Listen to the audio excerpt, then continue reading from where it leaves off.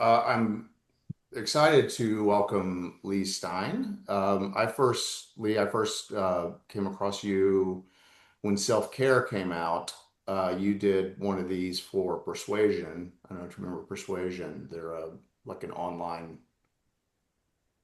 It mostly talks about politics, but culture and stuff. And so I read Self-Care and really liked it, and so I've been following you ever since. And I'm not a writer myself. I sometimes have writerly instincts, but I learned long ago I will never be a writer.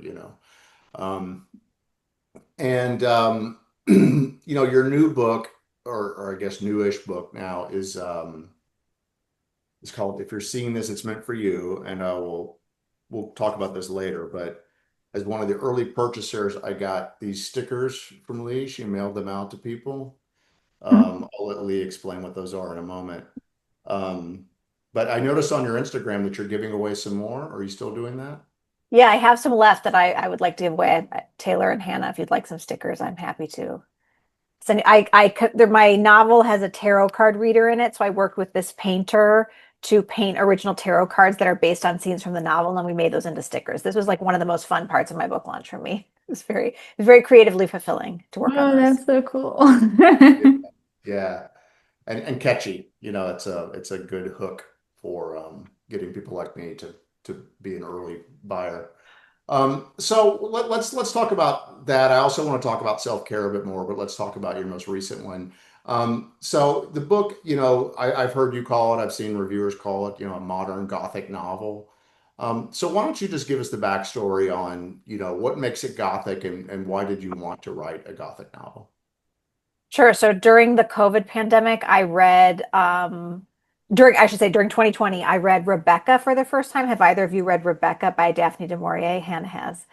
I read that for the first time and I took a class on it and I loved that novel. In the class, I learned so much about Gothic fiction and I realized like I've been obsessed with Gothic fiction since I was a child. Like I love stories of girls and women trapped inside houses. Even Self-Care started as a retelling of the Yellow Wallpaper. So Self-Care began as me trying to write a Gothic novel and then it turned into a satire. So during this class, the teacher said, it's hard to write a Gothic novel that's set today because you need a reason the woman is confined to the house.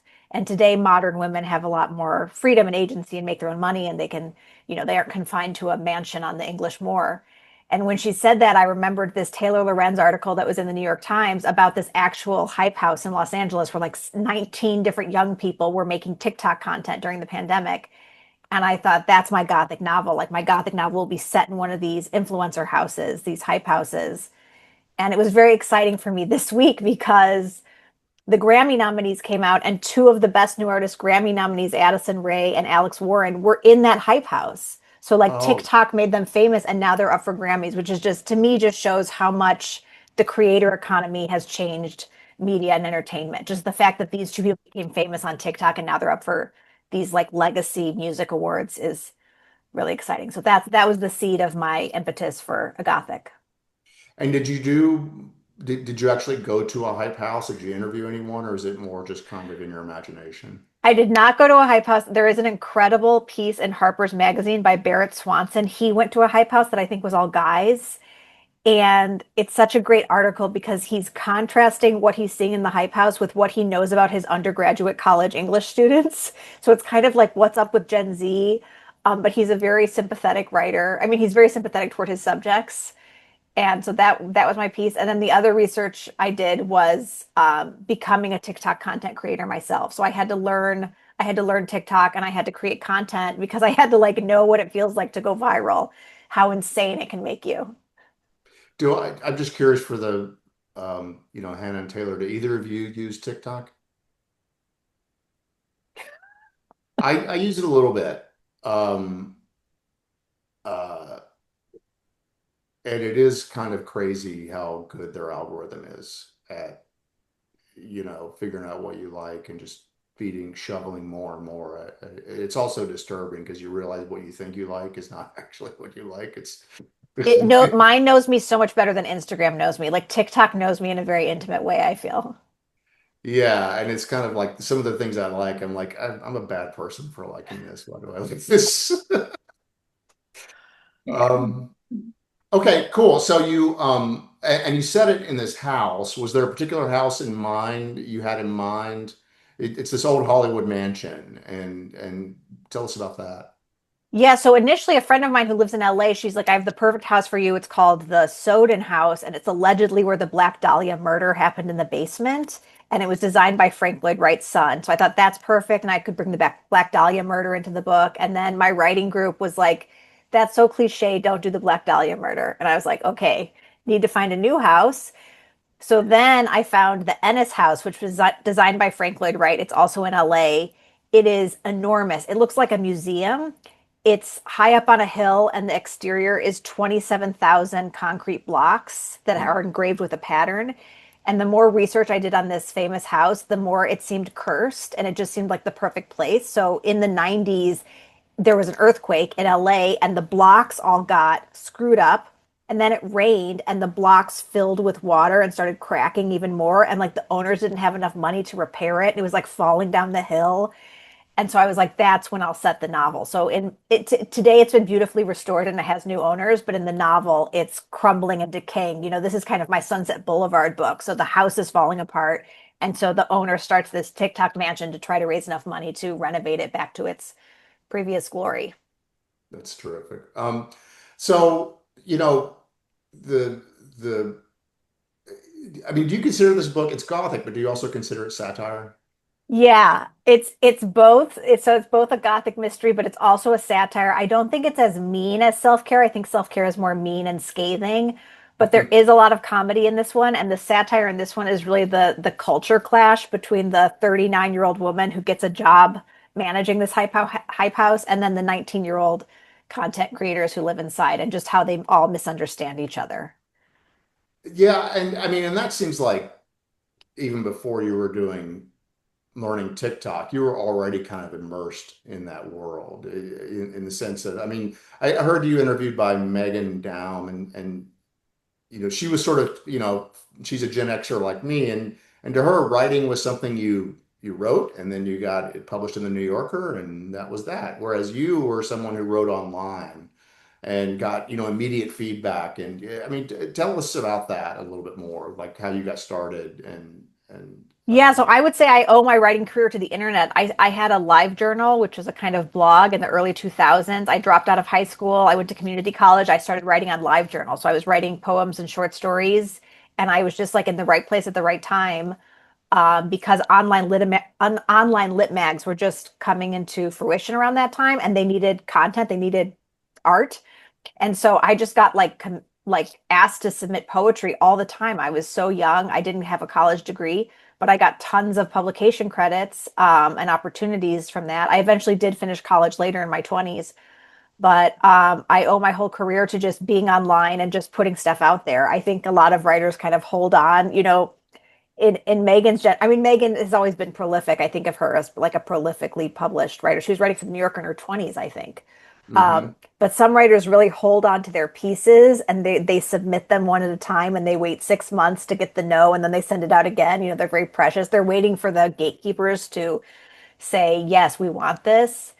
And I'm more comfortable, um, I guess you could call it self-publishing. I mean, we can also talk about the difference between art and content, because I think there's a difference between art and content, but I self-publish my Substack, I create TikTok content, I create Instagram content. My books, I think of my books as my art. My books take me so long. I mean, this book took 3.5 years. I'm not a fast writer, but I am fluent in like content and being online.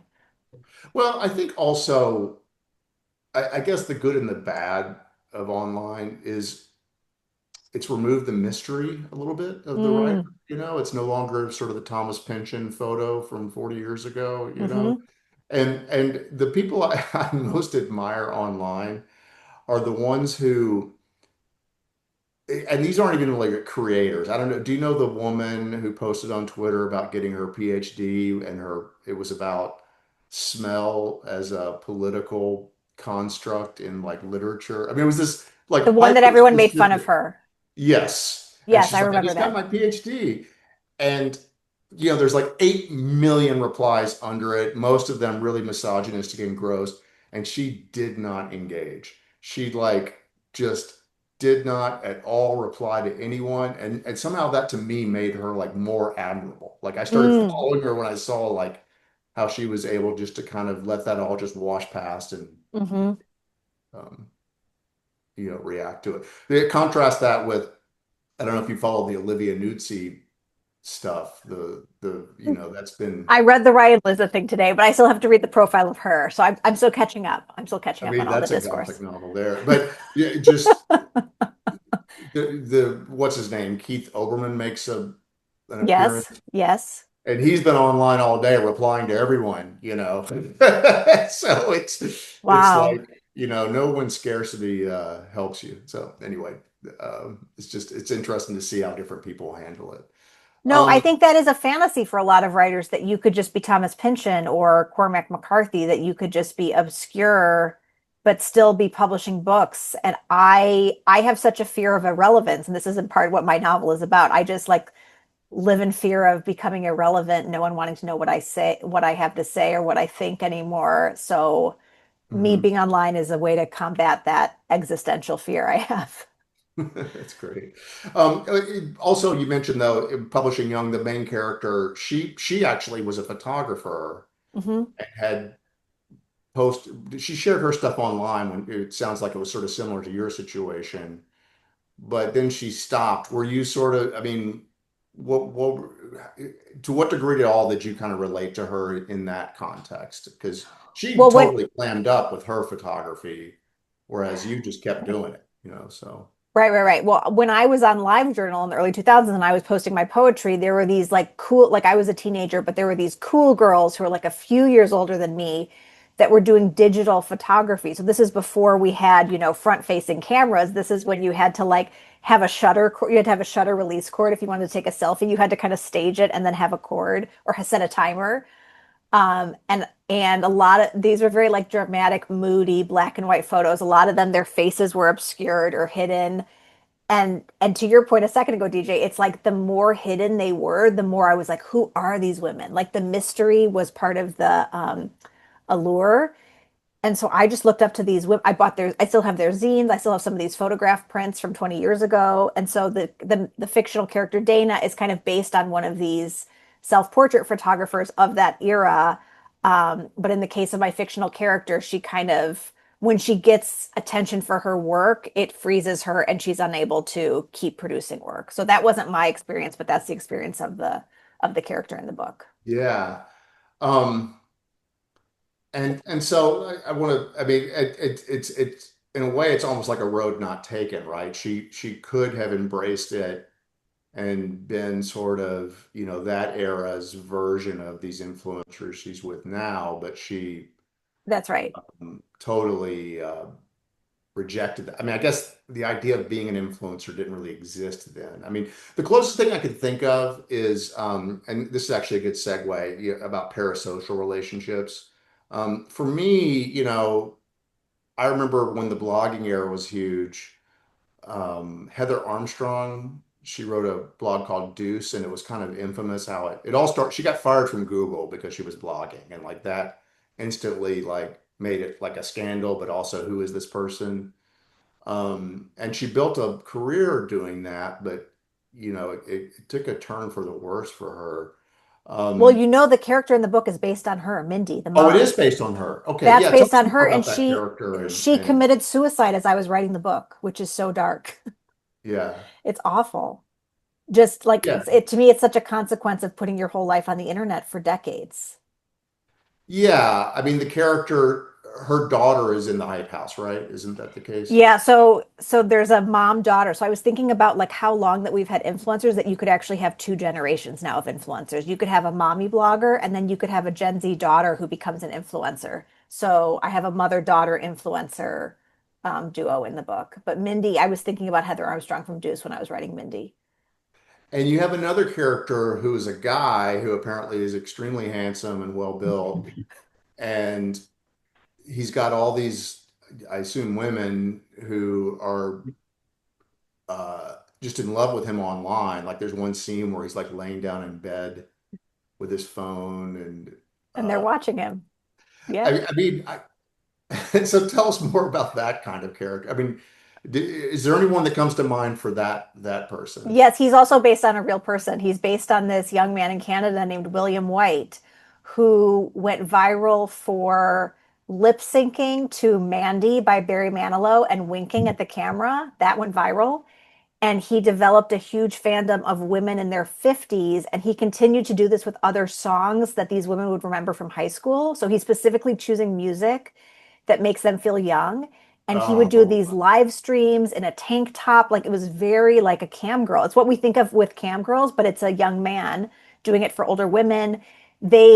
He would live stream from like the restaurant where he would eat a hamburger. They would book plane tickets, go to Canada, go to the same restaurant, try to find him. He God. really has obsessive fans. And maybe a month or two ago, Paramount Plus came out with a documentary about this guy. And I was just like losing my mind because I was like, that's my guy. Or that was my inspiration for the character of Jake. So Yeah, well, let's pause. I mean, do Hannah Taylor, do you have any questions or thoughts on what you've heard so far? My first question that like immediately pops to mind is like all of these inspirations, like were you following them before? Like was this were you keeping tabs on like who the influencers all are before you created this? Or did you have to go and be like, okay, let's do a little taxonomy of the influencer landscape and like pick some out? I was working on this book for months and I still wasn't on TikTok. And finally I had to admit, like, I'm so out of my depths. I don't even know how to use TikTok. I'm like too old. And so I decided to hire a 22-year-old who had just graduated from college to be my like summer research assistant. So she helped me a lot. And then I got other ideas from articles. So like luckily there was an article about this guy and his fandom, and that's how I heard about it. Because it's just like such a huge universe and I was Right. so lost. But then when I said to my assistant, I was like, show me couples accounts. So like there's a whole genre of couples accounts, husbands and wives, boyfriends and girlfriends. So she would find what are the top couples accounts. Here's their content to watch. Even there's a rabbit in the book. I don't own a rabbit. I would say, can you find me videos about rabbit care? So I would do research on how to care for your rabbit through TikTok. So she was a huge help. Oh, And yeah, that's right. The main character, she has a rabbit in the yeah. book. It's cute. Yeah, they're thinking of couples. I don't really think of this as a couples account, but I guess it is. One of the TikTokers I do follow is it's a woman, but she almost never shows herself. It's always her husband sitting at his computer with like CNBC on, and she's like, "Babe, why is the stock market up today?" Or "Why is everyone freaking out in the bond market?" And he'll just sort of explain, "Well, here's what's going on," Oh, and it's like a financial advice account, but it's framed as like a yeah. couple's. That's interesting. Yeah, and it's not even really advice. He doesn't say you should buy this or you should It's like sell. commentary. It's just macro, like people hate the tariffs and here's why, or people don't care about the tariffs and here's why. That's And nice. they're very charming, it's really well done. A girl I Um, went to high school runs a couples account, like a couples comedy account with her husband. Is it funny? Like Sometimes. kind of funny. yeah, well, I mean, the thing, and maybe you can touch on this, Lee. The thing um, that just blows my mind. And I'm thinking more about sort of the Instagrammers who, the yoga influencers who post the photos of them on some beach in Thailand or something. And you just crank it out. Like to me, that is exhausting. And part of their whole brand is they're beautiful and hot and, look great in these outfits. And Hmm. it must be just so exhausting because you got to take a lot of photos to get it right. Yeah, and I feel like that's the kind of like lifestyle wellness content that I satirize in self-care. Mm, And I, of course, resisted getting on TikTok. Like, I don't know how to make, like, I could never become one of those influencers myself. Like, that's so foreign from my experience. But once I started learning TikTok, I was like, oh, you can just like talk. Like, once I realized I could talk and I didn't have to like show myself like on a beach, it's that was like a huge shift for how I think about content. So I think a lot of people, when they think of influencers, they're thinking of what you describe. They're thinking of lifestyle influencing, but I think of content creation as like such a bigger category. Like we think of podcasters. right. Like Ezra Klein is not in a bikini, right? But he's a content creator. So content creator is like a bigger umbrella, and there's more people doing it. And I think it's becoming like a non-negotiable for writers to be content creators. I think this is kind of the future for us. Yeah, I mean, I'm a podcast guy. I listen to a lot of podcasts, but I will, and I prefer to listen. I don't really like to watch YouTube, but I will. There are some I follow on TikTok, and they'll have sort of excerpts from conversations and stuff like that Yeah. I watch. I have Oh, go ahead. I have a question. Oh, it's not a question, rather a comment to on something that you said earlier about. I'm thinking about, okay, and I can explain why I'm asking this or why I'm thinking or pondering this, but I found that point you made about different personalities almost, so how the writing has developed over the years, decades, millennia, how the type of person writing changed, as in if we don't think we mainly, like not everybody can be Cormac McCarthy, true, but also we have this idea of sitting at your desk, all day long typing, and of course nowadays very few people have that, but also it's not writing. Very often it's content creation. And so my points would be two. One, how do you what's your thinking around how certain personalities are more aligned with the content creation today than in the past? And the other, and again, I can explain why I'm asking. And then also, I think along the lines of the personalities, when you kind of describe the well, I can create content, and you said something along the lines of I think of content creation as an art, and maybe Different from art. You said, yes, I'm sorry, you said it's different from art. Mm-hmm. And could you expand on that? Mm-hmm.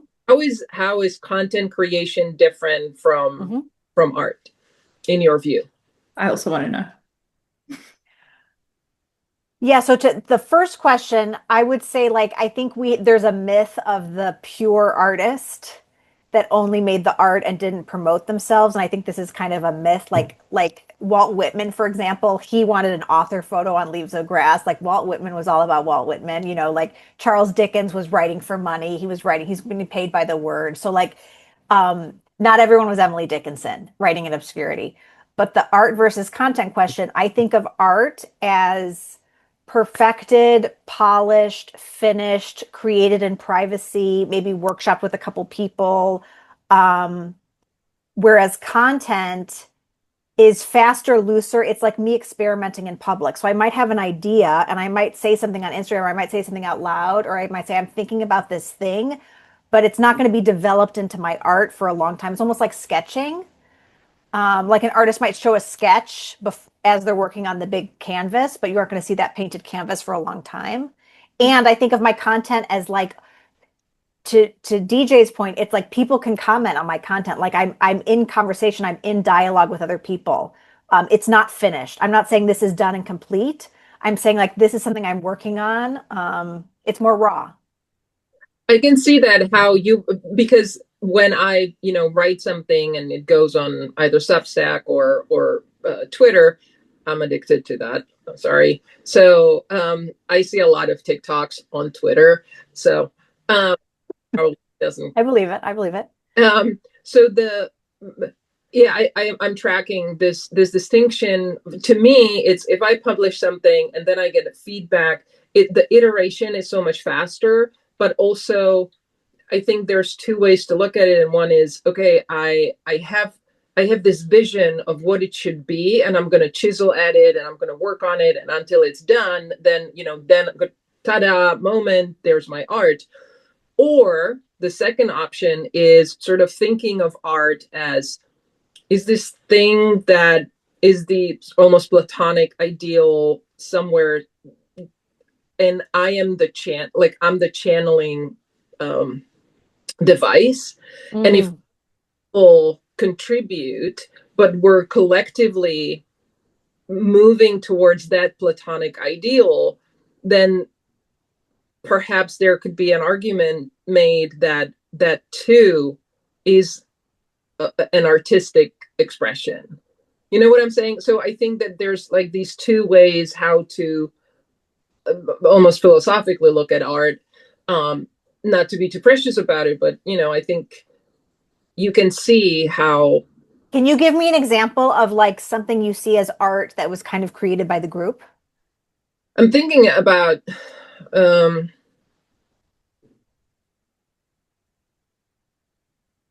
I might get back to you. I'm thinking about that. Um, Almost, what I wonder if that is like if you think, and this is not entirely true, but is it similar? And I'm asking because I'm workshopping it myself. But like, what about when Abramovich is, like interacting with people, and only with the interaction with another person, it actually completes the thing, right? Like, 100%. I think that's a great example. so, like, but she, of course, had to think about it, set it up, like, so I don't know where the boundary is, and maybe it's the beauty of art that there is, sort of like a Well, and it's she's a performance artist, so it's like, is her art happening if no one else is in the room? Like she needs her partner, or she needs the audience, or she needs that spectator across from her. Yeah, or if you like come up with a viral, taking it back to TikTok, like if somebody comes up with either a dumb idea or like a dance, and thousands of people are doing it, how Is is that content or art? That's an interesting question. Is that content or art? If Mm. you choreograph the dance that everyone else does, yeah. are choreographers artists? Yes. I sort of come across that recently on TikTok. This woman, I guess she's a DJ, and she took a song by Enya, that one that's like, very smooth, and then she put this rapper on top of it.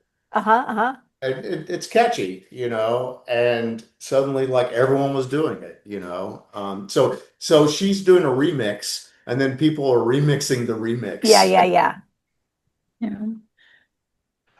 That's actually probably a good segue, because I wanted to ask more about like the writing process itself. So you've mentioned, you have a group, and I think you mentioned, I think Megan either said, or maybe you said it on that, you actually had a pretty tough time getting this book, getting a publisher to pick it up, right? I mean, and I was surprised because, Self-Care was such a great book, and Yeah. really tapped into something, and it seemed like, so I mean, tell us about like what it was like writing it, that you said 3.5 years, and Yep. what were some of the challenges, and what changes did you make along the way? I really want to hear more about that. Yeah, so I think I spent like 2 years finishing the book, and then I'm trying to think how I came up with 3.5 years. I think I spent 2 years writing the book and self-care. So self-care was my what is self-care was my fourth book, but my most successful novel. Um, but my editor, I've published 6 books total, never with the same editor. So I've had to move houses for every single book. I've never had stability. So this is part of the publishing industry's editors burn out and leave. There's a lot of there's high turnover, including the editor for self-care burned out and left the industry. So that means for my next book, we go to a different editor at the same imprint. And according to my contract, they get like first right of refusal. So they have like 30 days to review my next book. I was feeling very confident about this book. And I was feeling very confident after self-care. So my agent gave it to them, and I was at the gym when I got the call. And so if my agent's calling, it's either very good news or very bad news. Um, and she's like, they're passing on it because there's no murder. And I was so mad. I just did like barbell squats and listened to Eminem. I was furious. So it was good I was at the gym. But then I was like, forget about it. Like, they don't know what they're missing. Like, we're going to, then my fantasy is like, we're going to go out there and like, there's going to be an auction because so many people are going to want Leigh Stein's next book. No, that's not what happened. So it took 9 months to sell the book for various reasons. At the time, I was just so humiliated and so angry, but there were some flaws. Like, now I can see what wasn't working. Like, the relationship between the main character Dana and this older guy Craig, it wasn't working in that draft. Like he was kind of creepy older guy, and we needed him to be like kind of dangerous, seductive older guy. So that relationship didn't work in that draft. I was also frustrated because the publishers would say like, we just don't know what a TikTok hype house is. And I was like, if you read chapter one, you learn what a TikTok hype house is. Also, like TikTok was selling tens of millions of books for the publishing industry. So to tell me you don't understand TikTok just shows their ignorance of the platform. And then finally, there was this big third act twist that I see now was not working. So by the time I finally found my editor at Ballantine, I was so lucky to finally find him. He gave me this note that helped me change the third act. And so I spent several months rewriting the ending of the book, and I think it's so much better. So I'm almost like relieved that it didn't sell to someone else because he made the book so much better. But also, it's frustrating because you would think in that 9 months there would be another editor that would get on the phone with me and be like, "We really like the book. Can you change this thing?" But no one was willing to have the conversation with me and to ask for edits. They just said, "We love Leigh. We can't see this. We can't see it." Can I ask maybe a dumb question? What's the point of an editor if not to ask you to edit the book? It's like when it arrives to them, they have to be like, "I will go to bat with this book for this book 1,000%." So it has to be like so there that they're willing to like stand up for it in meetings and fight for it. And if they're like, "I like 80%." I got one rejection that was like so glowing, like everything she loved. And then she said, "If Leigh is willing to like write a different book with the same characters, I would look at it again." And I was like, "What? What does that even mean? Like you want me to write fan fiction of my own novel?" It was crazy. So So yeah, I that's think it's actually like, but to Taylor's point, it's like everything's so competitive. Like they're getting so many manuscripts that it's like it has to really rise to the top that they're like, Okay, so is it like is the actual function of an editor more as like a cheerleader within the publishing house they're an rather than enthusiast. not rather than editing? Yeah, and part of why I have a career as a coach and a freelance editor is because I can be much more hands-on than those editors can be.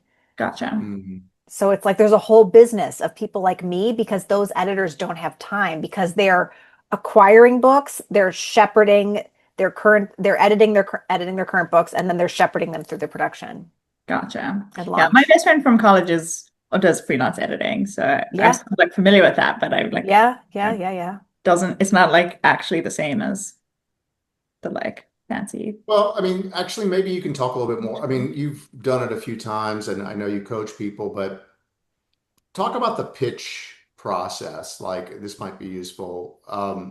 I just remember you specifically in an interview saying something like, originally self-care, you were saying, oh, it's about a woman and friendships and relate, but then you realized, oh no, it's a satire about the wellness industry. Like, Oh, do you remember? I oh mean, yeah, that I like wonder. the importance of like having just a really tight kind of, you know, box, maybe not a box, but just a way for them to immediately visualize it in their head.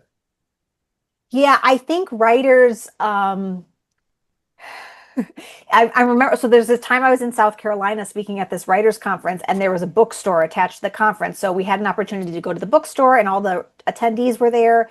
And they said, "Writers, just describe your book out loud, and like people can buy it." And I was the only one out of all the professional authors that could just describe my book out loud. Like everyone else was so embarrassed to do this exercise. And I just think, like, if you can't describe your book, how is someone else going to describe your book? So like you need to be able to describe it in such a hot way that someone remembers it because an agent's going to pick up the phone and describe it to an editor. An editor is going to pitch it to sales conference. So you need that kind of snappy pitch. And I think writers fantasize someone else will come up with the snappy pitch later. So I think when I first started writing self-care, I remember I was at a party and I said, "I'm writing about sickness in the name of health." Like that was a theme of the novel, but it's not really a pitch. That was early on. But then once I started saying it's a satire of the wellness industry or it's a satire of girl boss feminism, like people immediately understand what that is. Um, yeah, How and did you come up with like the snappy version? Like how do you like do you just like try a bunch of things until something you're like, ah, Yeah. that's Oh, it. yeah, you practice it. Like anytime you're at a party or you're with your family at Thanksgiving and your uncle says, "What are you working on?" You just practice and then you watch other people's faces, because with this book I would say like it's a gothic novel set in a TikTok hype house, but depending on who I'm speaking to, if I'm speaking to someone of a certain age, they say, "I'm sorry, I don't know what a TikTok hype house is." If I'm speaking to someone who's Gen Z, they laugh right away because of course they know what it is. Right? Or they say, what's a gothic novel? Right, right. That's right. So this one was not as tight as self-care. So it's like depending on who I'm speaking to, I might tweak what I say. Or I might say it's a gothic mystery. I might say it's a mystery in an influencer mansion. I might say so you can experiment with it. I also think like having your comps, like saying it's X meets Y, self-care. My agent came up with American Psycho in a Goop universe. That's how she sold that to Penguin, which was really good. Um, Yeah, a good book. I mean, it may be out of date. It's more than 15 years old now, and it's a little more business-ish focused, but it's called Made to Stick. I don't And know it's that one. about like how do you just boil down a really complex process into like a one or just a few words. Yeah.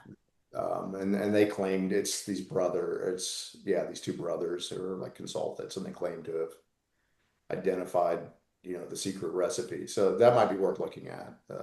Well, the Something other part of the recipe is like take something familiar and then Mhm. make it new. Like to Taylor's point, like does my audience know what a gothic novel is? Maybe not. But if I said mystery, they would probably know what that is. So take something familiar and then give it a twist. American Psycho is recognizable. So the twist is the Goop universe. So it can be like X and a Y universe. It can be X meets Y. You can use TV if that helps you. If you're going to say like something like in the zeitgeist, like if you're going to say it's White Lotus meets Philip Roth or something, Whatever. whatever your more literary comp is, I would read whatever that is. Um, so tell us a little bit more about promoting it, right? So you became an influencer, um, and I actually thought, I prefer content creator. yeah, you became a content creator, and I know you do a lot of videos just about books, hmm the whole book talk thing. So tell us more about that, and then how you sort of warmed up your audience for your book when it came available. Yeah, so I got excited when I learned that TikTok was selling so many books. So I got onto the bookish corner of TikTok in 2022 while I was writing the novel, and I started befriending content creators there, and I was sending them copies of self-care. So I did like a whole practice campaign where I sent out copies of self-care to a lot of these book talk creators. They posted about self-care. And this was all part of like this long game where I was writing this TikTok novel and I wanted to do the same thing when that came out. And one of the things that I've learned from doing all this is like the churn rate for content creators on TikTok is so high. Like I built a spreadsheet of like I think like 80 content creators in 2022. And by 2025, when I was ready to promote the new book, about half of them were no longer on the platform. Like I think people just burn out. The platform demands so much content from you. It's just so easy to burn out. So I did do a campaign sending out copies to them. There were some great videos about my book. Um, and then I also did a big marketing campaign through my Substack. So my Substack newsletter is writing advice. So I have an audience of 14,000 writers that follow me for publishing and content creating advice. And I decided to create a class called Hype House, which is all about creating content as a writer. And instead of charging money for the class as I normally would, I said you had to buy 10 copies of my book to gain entry. So this was super successful. I sold out 100 spots in 13 days. So that meant I sold Wow. 1,000 copies in 13 days. And that's how I hit the bestseller list for the first time. So bestseller lists are calculated on first week sales. New York Times bestseller list, much harder to hit. I did not hit the New York Times bestseller list, but I hit spot 27 out of 150 on the USA Today list. So now I have that bestseller like credential that I can now like carry with me throughout my career. So that was like a very successful stunt and it was actually like a very That's successful genius. class. It was fun. That's amazing. That's incredible. Wow. Yeah, I remember.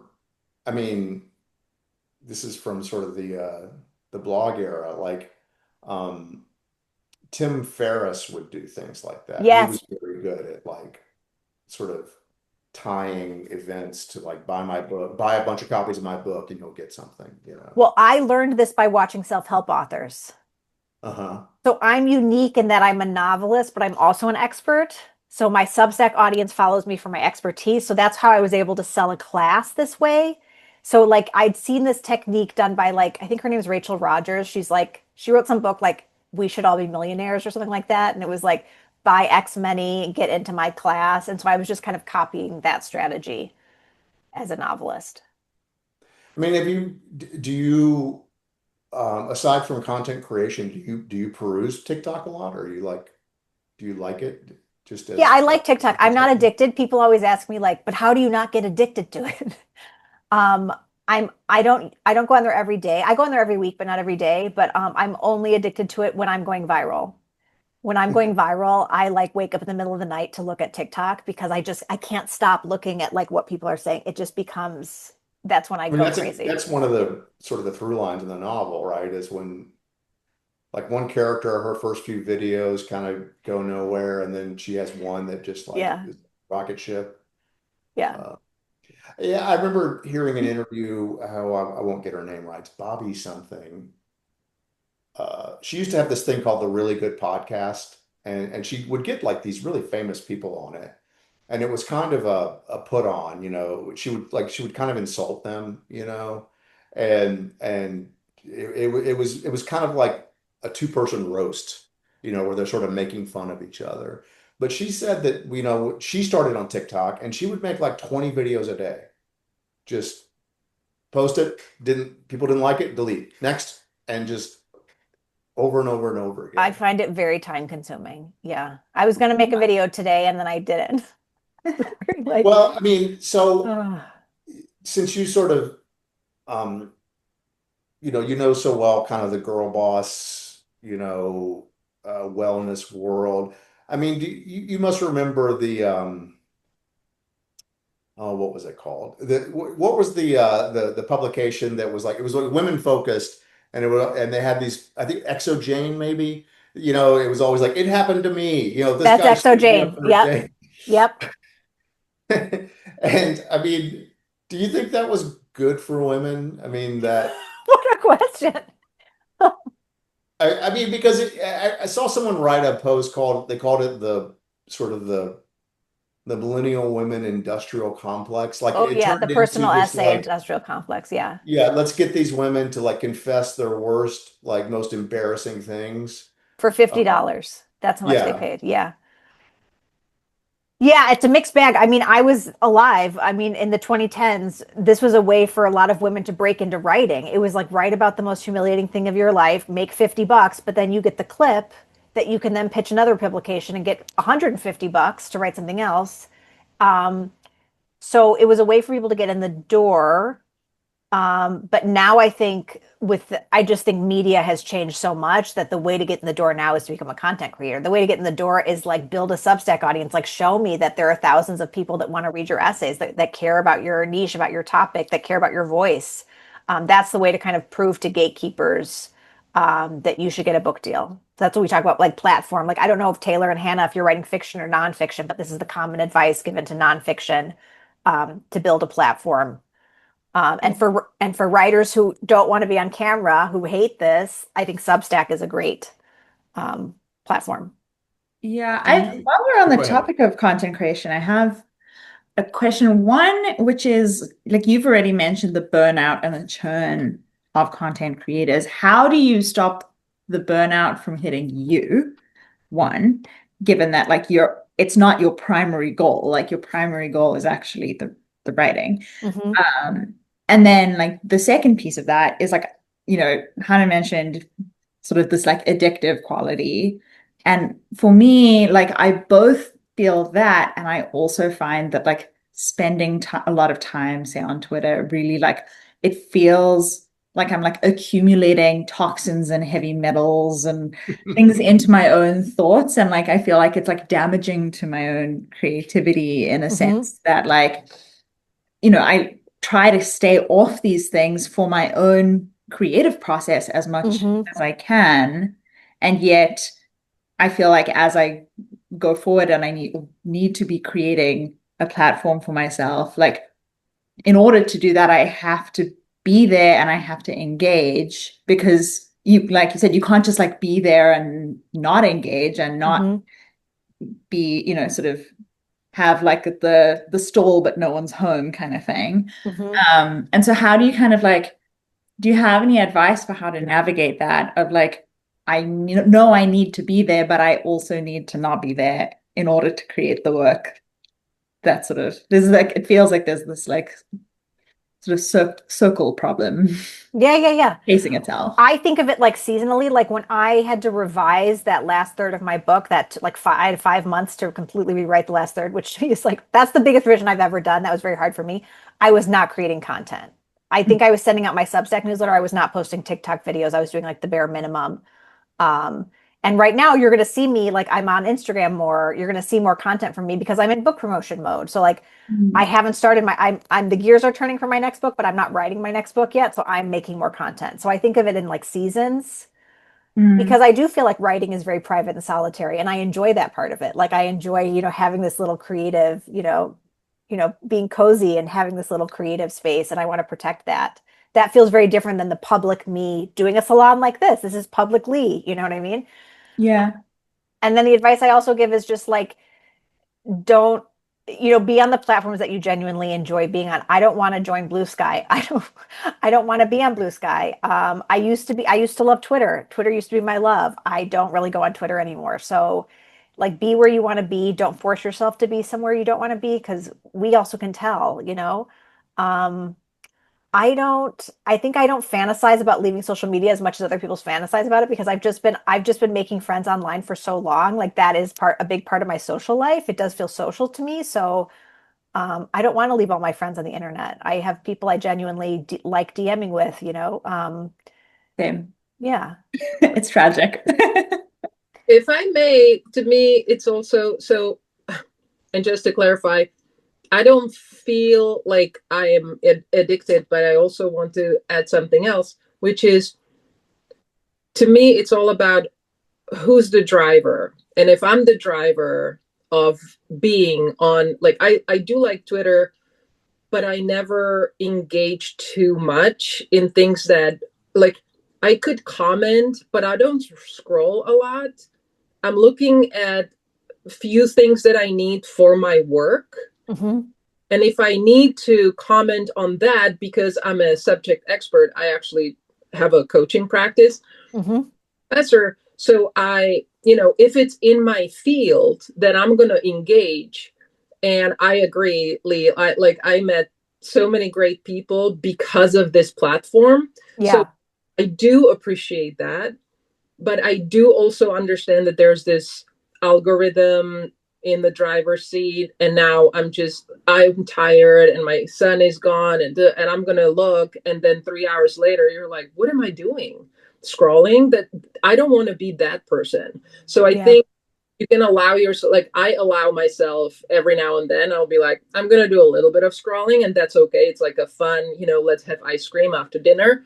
Yeah. But it's very different from my daily interaction where I really want to, and I almost have this visual of me against the robot where I am like constantly on this quest to be like me in charge as opposed to the algorithm.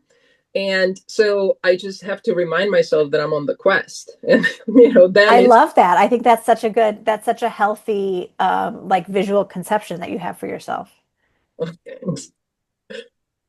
Yeah, it definitely feels like you're against a robot and he's a Nazi who thinks women should not be able to vote. It's man, oh man. Um, Tell us a little bit more about how you got into, I mean, why did, I mean, obviously you got to make a living, right? So I know you do coaching. How did you get it? Because I remember you for a while were sort of publicly pondering becoming an agent yourself Oh yeah. and decided not to. So maybe tell us a little bit more how you got into that and, how you sort of thought about that decision and, um, Yeah, so the experience that inspired self-care was that for 3 years I was the leader of this feminist nonprofit organization that was kind of destroyed from the inside by other women. It was very when I read the Helen Andrews, is that right? Mm.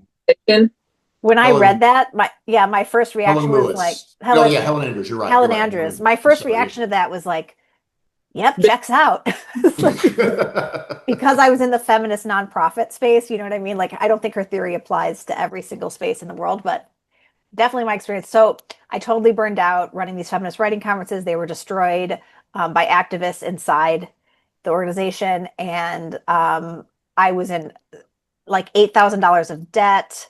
I didn't know that I would ever write again. I told now he was my boyfriend, now my husband. I said, I don't know that I'll ever write again. He's like, you'll write again. But I was like, what could I do for money? And so I thought about what do people always ask me for advice about? And I realized I was kind of like the go-to writer for publishing advice because a lot of writers, all they know about publishing is what their friend's agent says or like what they learned from their MFA professor who published a novel in 1992. Like it's a real game of like telephone. hmm And I actually like, I love business. I love marketing, obviously. I love learning how the industry works. I love learning what our agents looking for, what's trending right now, why is it trending? What is it like to be an editor? Like, what are you doing in a day? I love all this stuff. And so I realized I could become a coach and help writers get closer to getting published because I also have a lot of strong opinions on the MFA industry. There's over 200 creative writing MFA programs. I don't think they're preparing writers for careers publishing books and earning income for their writings. So that's how I started off as a coach. And so I've been doing that since 2017. So this is what's this, this is my eighth year. but Um, would it be okay to ask specifically, like, what does it look like in reality? Because I have a full-time job and I have a practice as a coach, which I guess qualifies as a part-time. And I'm okay with, as long as I have two clients a week, I'm like totally golden. So I don't need to do a lot, but I'm just really fascinated by the coaching full time. mhm. I mean, but how does that look like? Sure. So I have four income streams. My writing, which is the most variable because some years I haven't sold a book, so it could be zero that year. Teaching classes, Mm, coaching, and Substack. I now make about 30 to 35,000 a year from Substack. Coaching is my biggest, most reliable income stream. I feel like coaching is my foundation, like it's what allows me to do everything else. Um, at my busiest, I'm working with 12 clients at a time. How often? And Okay. once a week. Um, and some of them are like writers working toward publishing a book. Some of them are writers who have sold their book, who are hiring me to help with their content strategy and their marketing. And some of them are content creators who are famous, who got a book deal for a self-help book, and I'm their coach helping them with the self-help book. So when I first started my business, like where could I get the most work? People who wanted to write memoirs. So I was teaching memoir writing classes. I worked with a lot of very charming older women writing Holocaust memoirs. Like they were very sweet. So just elderly retired people who wanted to write memoirs. That's how I began. And then over time, I've gotten more selective. I work on fewer memoirs. It's so hard to get a memoir published, and I like hate to I don't want to give anyone false hope. I would never give anyone false hope. But like if someone comes to me and they're like, this is my dream to get published, more and more I'm working on books that I myself would be the audience for. That's what makes me the most excited, where I'm like, I would buy this in hardcover for $32. I would love to work on this book because it's that like enthusiasm. It's easy for me to be enthusiastic about something where I'm like, this book needs to exist. I'm so excited that I get to be the one to work on this book. But it is interesting. Self-help is just like such a booming category right now this year. Yeah, this year I've worked on three self-help books for the first time because that's where the business is. Like these famous content creators get these book deals because they have audiences. And then they need someone to hold their hand and edit their book in real time. So I'm not a ghostwriter. All my clients write their own books, but I will be talking to them on the phone. I'll be heavily editing them like on a weekly basis. And a professional book editor just does not have time to be that hands-on with any writer. thank you. Tell us more about, I want to hear more about the MFA thing and also just like your macro thoughts on book publishing in general. Well, I think writers go to an MFA because they dream of having a book published. Um, but to the MFA program, the writer is the customer. So to the publishing industry, the reader is the customer. They're like, what could we sell that a reader would want to buy? But the MFA program is marketing themselves toward the writer. So they're selling you the dream of becoming an artist, becoming a writer. And they say, don't think about your audience, don't think about the market. In an MFA program, you learn to write through writing short stories. Who's publishing short stories? The New Yorker publishes short stories. I don't even read them. I subscribe to the New Yorker. I very rarely read a short story. It's like not my jam. Um, so I just feel like writers are misled. And I've had several clients who have come to me like after they've gone, these programs can cost $50,000 a year. And so like a writer has gone through one of these programs. I'm working with a writer right now, who then has to hire me. I mean, I feel like I feel conflicted about this, because I've had some great clients who've gone through MFA programs, but I also feel like why should a writer who has a master's credential that I don't have, why should they have to hire someone like me to help them get their book published? Isn't that what the program is providing? Because I'll often hear, they're like, my thesis advisor loved my manuscript. And it's like, right. Like, but you're paying the program so much money. Like it's your thesis advisor's job to tell you how amazing you are. They love the manuscript, but like there's such a disconnect between what's marketable, what the market wants. And I guess again, this is my business mindset, but I like thinking about what do readers like in books? How could I give them the thing that they like? That would also be interesting to me as a writer, because I don't know how to write to the market. I don't know how to write a romance novel. That doesn't Mhm. interest me, even though it's very popular and maybe I could make a lot of money writing romance novels. I'm not gonna sell out just for money. So I think there's that balance between careerism, professionalism, and artists that I find interesting. I have a friend who, he was like a failed Hollywood screenwriter. Moved, he's from Atlanta. He'd moved back home kind of after he failed and was just feeling like a loser. And that was when 50 Shades of Grey took off. And so he's like, what's this? And he read it. He's like, this is garbage. I can do better than this. And so he started writing on Amazon, self-publishing on Amazon. And he still does it. He's like, do not tell anyone my name because they all think it's a woman who's writing these romance novels. And It's a uh, huge business. Self-published romance on Amazon, huge business. yeah, and he's cycled through a few different variations on it. You know, vampires were popular for a while, so he wrote about vampires, and now he's writing about sort of like mob bosses. I guess there's a genre Yep. of like mob boss romance, you know. Um, so and he's been doing it for I don't know 15 years now. He's been doing it for quite a while. That's amazing. That's his career. That's amazing. Buy it. I mean, romantasy fantasy is so hot right now too. It's like self-help and romantasy. I don't read fantasy. It doesn't interest me. I Mhm. couldn't begin to write it. I can't imagine. I think there are some writers that are like some literary writers who think like I'm such a good writer. I know how to make a buck. I'll just write in this like popular genre. But if you don't love that genre and you don't read in that genre, I just don't know how you cross over. So what do you read? I mean, who are the authors you like these days, or whether they're current or classics? I'm big into Philip Roth right now. Oh, really? I'm late to Philip Roth, but I feel like I discovered him in middle age. I discovered him at the age of 40. I feel like this is the good time for me. Very American Pastoral, I think, was my favorite book that I've read this year. It was so good. I would recommend that to anyone who hasn't already read it because it's about political violence in America, and a teenage girl does something violent to protest the Vietnam War, and then it's about the fallout in her family. It's so good. So I I really think I like him. read every one of his books. I mean, I went through a phase where that's all I would read was Philip Roth, and yeah. It's so good.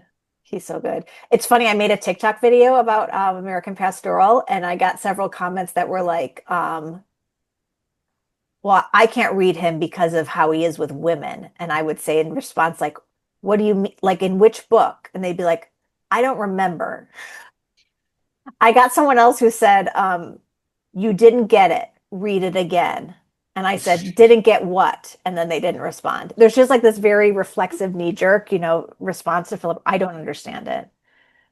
I Um, mean, he's definitely a very male. I mean, his characters are very I think he writes women. I think his women are interesting. Maybe I haven't read the more misogynistic novels, but I think his women, in the ones I've read, the women have been interesting and three-dimensional to me. I mean, have you read Sabbath's Theater? I have not. Is that I the wouldn't most say it's misogynistic? misogynistic, but it's definitely deep into the id Okay. of sort of Okay. a guy who's just uh, insecure, angry, jealous, you know, just upset that women have so much power over him. Okay. Okay. But Uh, it's good. but isn't that like I know people like that. To me, that argument that somebody, describing reality is that thing is it just doesn't add up because if like writing about murder doesn't make you a murderer, if that makes sense. So like describing somebody who's deeply misogynistic and thinks about women in a way that is deplorable doesn't mean like doesn't mean that you are a misogynistic deplorable mind. It means that you're that writer, and we can separate the person from the story. Yeah. Well, it's also, I mean, just this big trend, really. I mean, I guess we're still doing it somewhat. Kind of the peak woke was we had to put trigger warnings on everything. Um, you know, I mean, my sort of favorite example is 30 Rock removed some of their episodes from Netflix because they were problematic. Uh, There are some Goodreads reviews of my new. There's at least one Goodreads review that has a content warning for my new book. Maybe it's on NetGalley, but it was hilarious because the content warning said vomiting, car accident. It's just like, who needs a content warning before they read about a car accident? This is in a lot of books. yeah, did you have to go through the sensitivity reader thing? No, I've never done that. No, no, no, no. Are there any newer authors or more contemporary that you like? Yes. I just have either of you read Heart the Lover? Mm-mm. Say Heart the what? Lo Heart the Lover. This is like a literary romance. I don't read a lot of romance, but this is by Lily King. She wrote Writers and Lovers, and this is kind of a sequel to Writers and Lovers. It just came out. If you want a book that will make you cry, and I am not usually like a reader of books like this, but it was very moving. If you want a book that make you cry, Heart the Lover. Another writer I really like is Nathan Hill, who wrote the Nix and Wellness. He's a satirist. Um, I really like him. Really like his novels. And do you know what your next novel is going to be yet? Do you know? I thought I had this genius idea, and I just realized last week that it's implausible. Like I just discovered a fatal flaw, and Uh, then I got a new idea. So I'm hatching out my new idea. I'm like working out, but it's very early. But I know that I don't want to write another internet novel because I think readers like don't want to read about the internet. I think like they're on the internet all day. They're not like, oh, I know, I'll read a novel about the internet. So I'm going to write something that's not about the internet for the first time. well, I'd be curious. I mean, without spoiling it, I mean the ending to your latest, if you're seeing this, it's meant for you is pretty tantalizing, right? It's um, Oh, you think I should write a sequel? well, I'd be curious what happens to Dana, Oh, right? interesting. Okay, I'll put that Yeah, in the basket. maybe Okay. not an internet book, but she's an interesting character and Yeah, she's possibly about to have something life-changing happen to her, and that's so true. that would be an interesting character. The other fun thing is that when the book came out, a friend of the family who's an interior designer, he's like, "Did you mail a copy of the book to the owners of the real house?" And I was like, "Oh, that's a good idea." So I figured out through Google who owns the house. I wrote a handwritten letter. I mailed them a copy of the book. Then I get an Instagram notification. The Ennis house is following you. And I was like, oh, the Ennis house? I didn't even know they were on Instagram. It never occurred to me to look at the house on Instagram. And so it's like the account run by the owners of the house, and they started following me and we've DM'd. And so the next time I'm in LA, I get to go see the house, hopefully, which would be, I would make content. I would probably cry. It would be incredible to see the house. Did they Well, read the book? I don't know if they read the book, but they received it and we connected through social media. So How about Hannah and Taylor? Do you have any authors or books you're reading right now that you really like? I'm reading like 4 or 5 different books at all me times. too. Yeah. Yeah, me too. The one book that I'm rereading is Amuse Ourselves to Death by Neil Postman. Oh my God. I know I should read that book and I still haven't read that book. And I Yeah. have so many notes. And it's really good for it's great. I highly recommend it because it's such a he makes a lot of fantastic points. And the other thing that I read recently, I have these 3 huge volumes up there, and it's in Czech. So I come from Czech Republic, and the whole book is in Czech. But this woman spent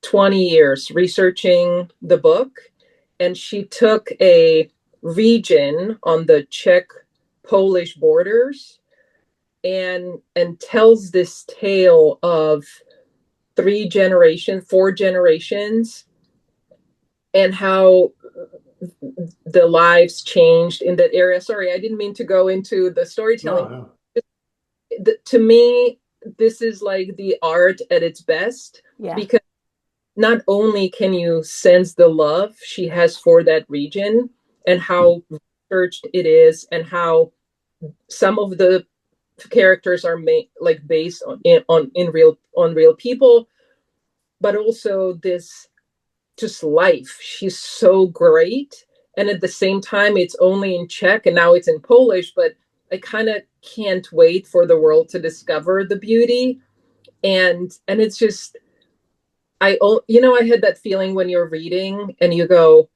oh, I'm getting closer to the end. I don't want it to end. It's such a beautiful, moving, hard, terrible, wonderful story. So, I mean, millions of stories all the way through like the Second World War and communism and the monster processes and, like all of that. And it's my own history. And I didn't even know Mm-hmm.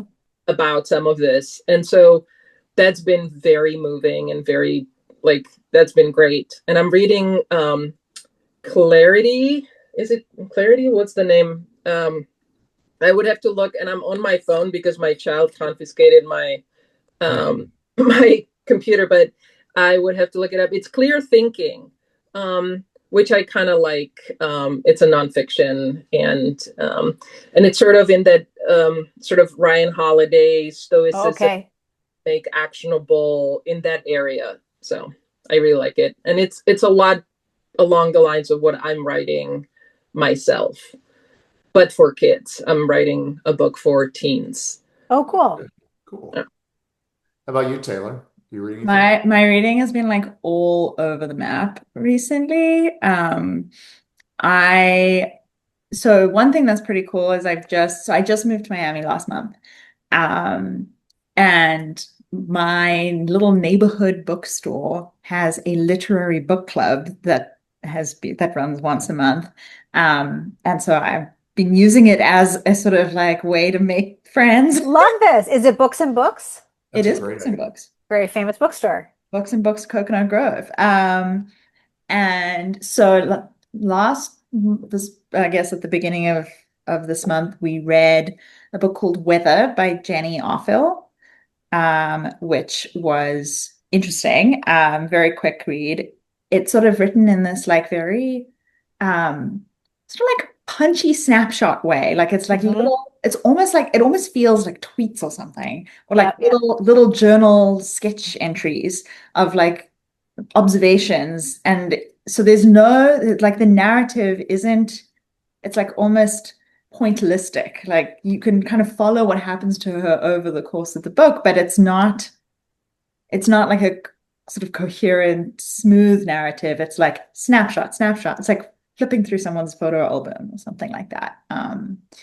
Which was a really interesting form, I thought, for the book, which I liked. And then what else have I been reading? I read Never Let Me Go by Ishiguro I read a that. while Yeah. ago, which was great. I really enjoyed that. I read Middlemarch this year, Oh my God, good for you. Another book I need to read. I which tried. I couldn't get into it. you couldn't get into it. It's wonderful. I loved Middlemarch. I like strongly recommend it. I really struggle with Victorian fiction. It I feel The like the language language is really. tough. When I was reading it, I like had the audiobook and the book, and like anytime I was feeling a little stuck, I was like, okay, I'm just gonna like listen to the next bit. And so I could like flip back and forth depending on where I was or what my mood was. I was actually I was reading it in anticipation of an Intellect Salon, so I had to get it done. And so We love a deadline. Yes. there was the deadline really, really helped. But it was excellent. And then yeah, I'm like in preparation for my own salon that I'm hosting. I'm like reading a bunch of like nonfiction at the moment, which I always find like surprisingly difficult to get through, to be honest. I love reading fiction, but nonfiction is both the genre I write in, if I write, but also like the one I have the hardest time reading. Mm. Um, Hmm. which I went through a phase where I pretty much only read nonfiction, and I got sort of, I was like, because I used to love reading when I was a kid, and I was like, why did I stop reading? And so now I almost only read fiction. yeah. Last several years, and an idea that's kind of, this writer I follow, she wrote about this in her newsletter. Um, the idea of reading books that were written before the internet, or at least before smartphones, and compare and contrast. And I haven't done that, but I have been reading a lot of stuff that's not like Middlemarch, but written in the 90s, the 80s, Hmm. the 70s. Um, and Hannah, you mentioning Czech Republic made me think of. I've been reading a lot of Alan First, who wrote a bunch of spy novels in the 90s. But they're not. I'd also been reading a lot of John Le Carre, but they're not spy novels in the sort of the Cold War James Bond style. They're more like they're all set during World War II, the era sort of leading up to and during. And a lot of them they're not like some big spy agency. It might just be a police chief in Greece who's helping Jews get out of Germany because someone asked him. Um, and as a writer, he's so good at like setting a scene. Um, and just makes me wish I were European. Like I just want to go live there. Like there's a part where he's talking about like the difference between Romania and Bulgaria. Like they share a border. To me, they're kind of the same, but no, Bulgarians think Romanians are a bunch of stuck up, you know, elites, and Romanians think Bulgarians are, country folk. It's just fascinating. Has either of you heard, or any of you, I sometimes struggle with that, the I think it's Naval Ravikant who was saying, I've seen him on a podcast talk about the fact that he no longer reads books. Like it's almost like I don't need to read the whole book, because I would rather read the same 80 books all over again if they are wonderful. But the idea is you just go and take something from the book. And to Leigh's point at the beginning, sort of how the culture is changing and how content is changing. His point is, I want to approach the book, open the book, read few things, like few pages, and get an idea that it's new, different, look at the world that I hadn't had before. And that to me is the value. And regardless of, like, I as somebody who would love to publish a book and then have it read from start to finish, I don't know how I feel about this, but I almost see how that might be where we're going, where a lot of people just kind of sample. And I've heard somebody talk about, so that's my point, like, people are changing as readers, too, right? Like I talked to a 14-year-old yesterday, and I was talking to her about my book, and the how somebody was pushing me to do this much punchier, almost like bam, now you go, and or it's like two word, 3 word Mhm. sentences, and I'm like, yeah, I get that. My son, that's how they communicate, but also that's not me. So I sort of struggle with that, even though I feel like that might be where we're going. But I don't know. I feel like this idea of just taking what you want or what speaks to you and let the rest go is almost a little too meta for me, but I wonder what you think about it. I find I, that so upsetting. And it makes me think he must not read fiction. I can see doing it. You could do it for a nonfiction book, but I don't see the whole point of fiction is that you're immersed in another universe. You can't really dip in and out of like Anna Karenina. I don't. Right. that's so funny. I just read it recently because I was like, I should read it. I should. I love the classics and Russian authors in particular, but I've never read Anna Karenina, and I was like, I'm going to read it, and I did, and it is good. I'm here to report it is good. The hype is real. But Yeah. the other thing that you made me think of is like an interesting the trend that I'm seeing on Book Talk on the bookish part of TikTok is like there has been so much marketing and so much pushing of new books on TikTok that the creators are actually like revolting against this and they're reading a lot of classics. They're reading a lot of work in translation and like they're making that look cool. Like they're holding up their Dostoevsky or their like Japanese literature. That's what's cool right now Have on you seen TikTok. who's like this African American kid who's like 20, and he was like, somebody told me Great Expectations is good, and like he's pulling all these, like he's talking about Great Expectations, and then there was like all Dickens, and it's like, what is happening?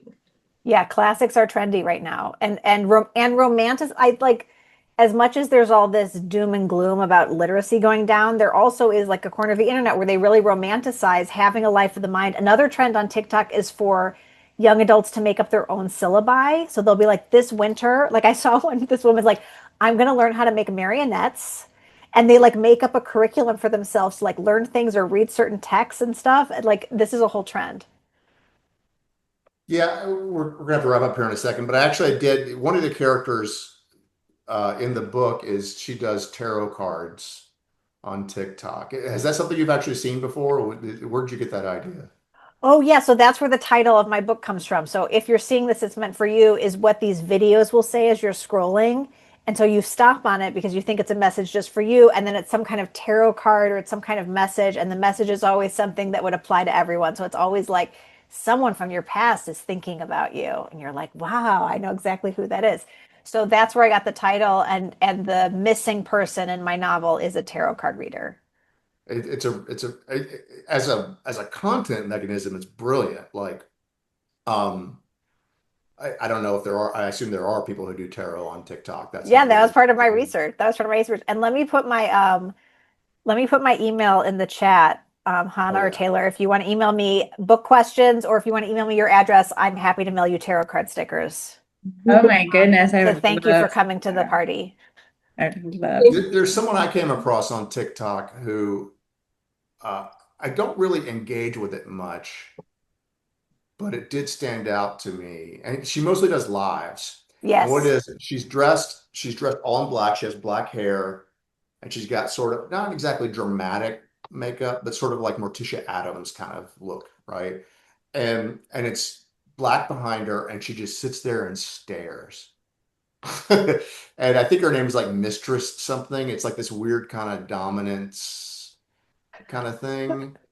And it's Does not she really do like readings? Does she do tarot readings for people? she never says a word. Oh my She God, just no, sits I haven't come like across this. I think you're telling on yourself or like what the algorithm I is know serving you. exactly. And well, the funny thing is, I did kind of because it's really striking. Everyone's like, "Oh, let me tell you about my day," and she's just sitting there like this, right? And so I did follow her that for that reason, but actually that's not my thing. I don't really care for Yeah, that, not but interesting. she's Yeah. obviously found an audience because she keeps doing it. So if you can find your hook about computational accuracy and Oh yeah. There's a niche self-help. for everything on there. Yeah, I'm just I'm trying to imagine what would make someone stop to watch the kind of stuff I'm interested in, because that's really everything is you got to nail it in the first 2 seconds, 100%. Yeah. Well, if there's no other questions, do you guys have any questions before we wrap up? Because it's getting to the bottom of the hour. No, I just want to thank you so much. I love that this was my first intellect, and I love that it was with you, Leigh and DJ. It's so fun, and now I'm energized, and I can't wait to read everything you've ever written. So Thank you so much. Yeah, I'm so glad subscribe to you Lee's. came. Substack next. So yeah, Yeah, I'm not even a writer, but I read your Substack, Lee, because it is Oh, thank really you. informative. You guys should both get on it. It's really good stuff. I have one last recommendation. I'll put it in the chat for Taylor. This is my friend Andrew Borrega in Miami. He wrote a novel called Victim. He does a lot of I feel like he'll come across your radar in Miami, but his novel Victim is a satire of the media industry. It's about this like Puerto Rican hustler from the Bronx who kind of exaggerates his trauma so he can get ahead in the media industry, but it's very funny. And Andrew's a great guy, so you should definitely, if he's in Like, your neighborhood, cross paths, I'll be like, oh my goodness, Leigh Stein told me say about Leigh Stein sent me. Yeah. Terrific. All right. Well, thanks everyone for coming. Thanks so Thanks, much, DJ. Thanks for hosting Lee. this. This was Bye. Have a good terrific. night, Nice everybody. meeting you both. yeah, you too. Bye. Bye. Bye.